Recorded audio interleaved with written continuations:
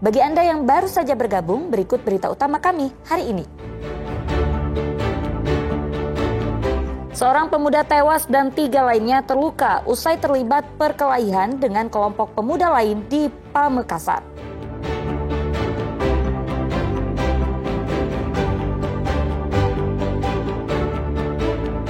Tiga petugas di RSUD Bangkalan dibekuk polisi karena kedapatan pesta sabu-sabu.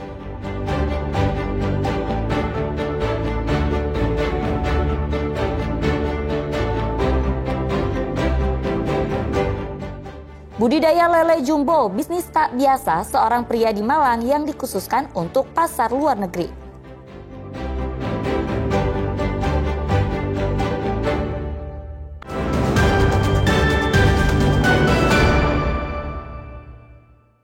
Seorang pemuda warga desa Teja Barat tewas di depan Masjid Agung Asyuhada, Masjid Pamekasan. Korban diduga terlibat perkelahian dengan sejumlah pemuda lain. Sementara 3 orang lainnya juga mengalami luka-luka dan masih menjalani perawatan di rumah sakit.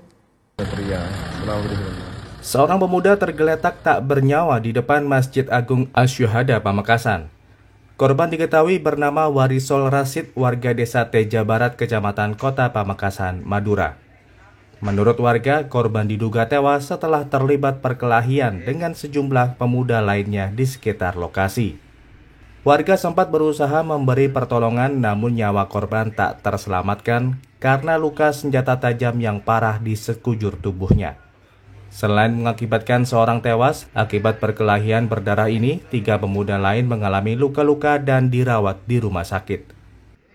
Polisi yang mendapat informasi dari masyarakat datang ke TKP dan mengumpulkan beberapa bukti termasuk memeriksa beberapa saksi mata.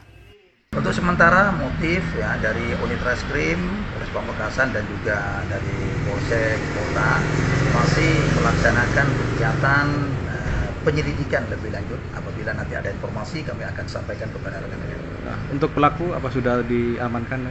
Untuk sementara, pelaku masih dalam penyelidikan dari unit reskrim Polres Pamekasan dan juga berkolaborasi dengan Polsek Kota. Untuk korban sementara ada 4, ya 2 orang yang dirawat di RSUD Semak yang luka-luka dan juga 1. Hingga kini pihak kepolisian masih terus melakukan penyidikan untuk mengungkap motif dan pelaku di balik perkelahian yang berujung maut ini. Fatur Rosi dan Sri Rama melaporkan dari Pamekasan.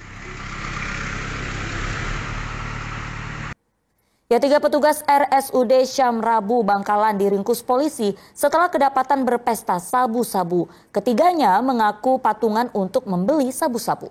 Menggunakan uang milik siapa? Tim Satres Narkoba Polres Bangkalan meringkus pelaku penyalahgunaan narkoba di sebuah rumah kosong, Kelurahan Pajakan, Bangkalan saat asik mengonsumsi sabu-sabu. 3 orang tersebut masing-masing berinisial ZB dan YF yang berprofesi sebagai sopir ambulan, serta NR yang bertugas sebagai satpam di RSUD Syam Rabu Bangkalan. Dari hasil penggeledahan, petugas berhasil menyita sisa barang haram berikut alat hisapnya dan langsung dibawa ke Mapolres Bangkalan untuk keperluan penyelidikan. Kepada petugas, ketiga tersangka mengaku membeli barang haram tersebut dari seseorang dengan harga Rp150.000. Ketiga pegawai tersebut kemudian patungan Rp50.000 sehingga dapat mengonsumsinya secara bersama-sama. Polisi kini masih memburu pengedar narkoba yang menjual sabu-sabu kepada para tersangka. Satres Narkoba Polres Bangkalan Unit 2 mengamankan pengguna narkoba yang bekerja di Rumah Sakit Syam Rabu, antara lain supir ambulan 2 dan sapam 1. Sebelum menggunakan narkoba, mereka sepakat iuran 50 ribuan. Selain terancam sanksi pemecatan kerja oleh pihak RSUD Syam Rabu Bangkalan, ketiga tersangka dijerat dengan pasal 127 ayat 1 tentang narkotika dengan ancaman hukuman 4 tahun penjara. Nia Karunia dan Sri Rama melaporkan dari Bangkalan. Kampung yang diduga menjadi sarang pengedar narkoba di Jalan Kunti, Surabaya digerebek petugas gabungan dari BNN dan polisi serta TNI. Hasilnya berbagai jenis narkoba dan senjata tajam disita. Mirisnya lagi, petugas juga mendapati beberapa anak di bawah umur yang terlibat penyalahgunaan narkoba. Dengan membawa senjata lengkap, puluhan petugas gabungan dari BNN, polisi, dan TNI Sabtu sore menggerebek kampung di kawasan Jalan Kunti, Sidotopo, Surabaya. Setiap rumah yang diduga digunakan sebagai sarang penyalahgunaan narkoba digeledah petugas. Hasil penggerbekan, petugas menangkap seorang pria berinisial AR usia 27 tahun yang diduga menyediakan kamar atau bilik bagi para pengguna narkotika. Bahkan saat dites urin narkoba, pelaku juga positif mengonsumsi zat metafetamin. Selain menangkap AR, petugas juga mendapati 203 paket sabu-sabu siap edar, 222 butir pil ekstasi, serta berbagai obat keras berbahaya lainnya, peralatan hisap, sabu-sabu, dan 2 senjata tajam. Sementara di rumah lainnya, masih di kawasan Kunti, petugas juga menangkap 2 pria berinisial AK dan AH dengan barang bukti 11 paket sabu-sabu, serta 9 orang yang diduga sebagai pengguna narkoba. Mirisnya lagi, dari 9 pengguna narkoba yang ditangkap juga terdapat 2 orang yang masih di bawah umur.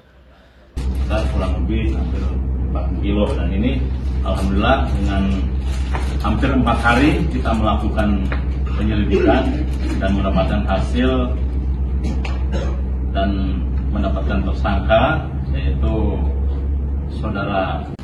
Barang buktinya, ya, tersangkanya berada di belakang, itu sudah kita amankan dan kita lakukan penyelidikan di BNN Provinsi Jawa Timur.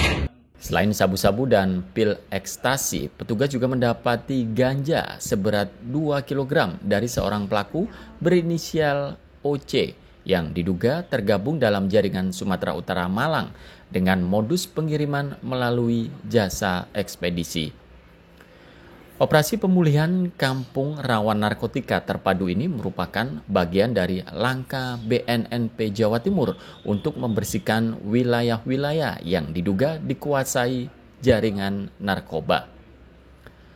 Slamet Riyadi dan Sri Rama melaporkan dari Surabaya.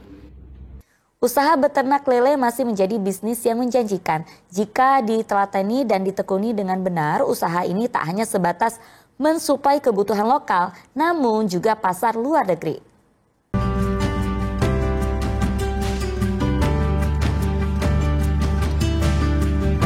Lihatlah lele-lele ini. Ukuran tubuhnya jauh di atas rata-rata ikan lele yang biasa dijual di pasar-pasar tradisional maupun yang sering kita konsumsi. Ikan lele jumbo ini memang bukan untuk dijual di pasar atau memenuhi permintaan konsumen lokal, namun khusus dibesarkan untuk diekspor ke luar negeri. Usaha pembesaran lele di kawasan Ngijo, Kabupaten Malang ini sudah puluhan tahun melayani kebutuhan ekspor. Berat rata-rata 1 ekor ikan lele ini mencapai 5 kg.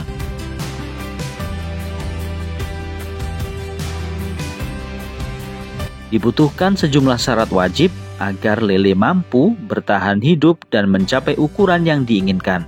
Salah satunya menyediakan air bersih untuk habitat ikan lele.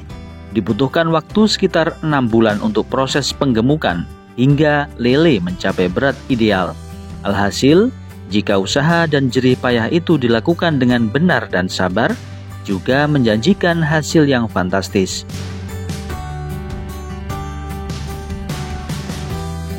Dalam sebulan, hasil panen lele jumbo mencapai 15 ton hingga 20 ton, dengan harga jual mencapai 5 juta rupiah per ton. Perikanan itu ada 3 unsur sebenarnya, Mas. 3 unsur itu tadi adalah bibit, pakan, air. Nah, kita harus mencari sumber air yang benar-benar bagus. Terus pakan itu harus konsisten. Jadi kalau emang lele itu tadi di seharinya pakan setengah kilo, itu harus dikasih setengah kilo. Tapi kalau dia makannya itu setengah kilo tapi dikasih makan 3 on, itu tidak akan menambah bobot yang lebih signifikan. Hingga saat ini, hanya ikan lele berukuran jumbo yang memenuhi syarat untuk diekspor. Karena lele jumbo bisa dijadikan filet, sebagaimana kebiasaan orang luar negeri mengonsumsi daging ikan lele.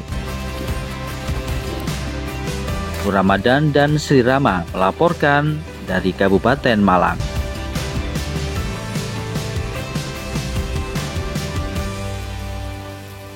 Ya, informasi tadi mengakhiri jumpa kita di Berita Jawa Timur. Jangan lupa pastikan Anda subscribe channel YouTube Liputan 6 SCTV Daerah.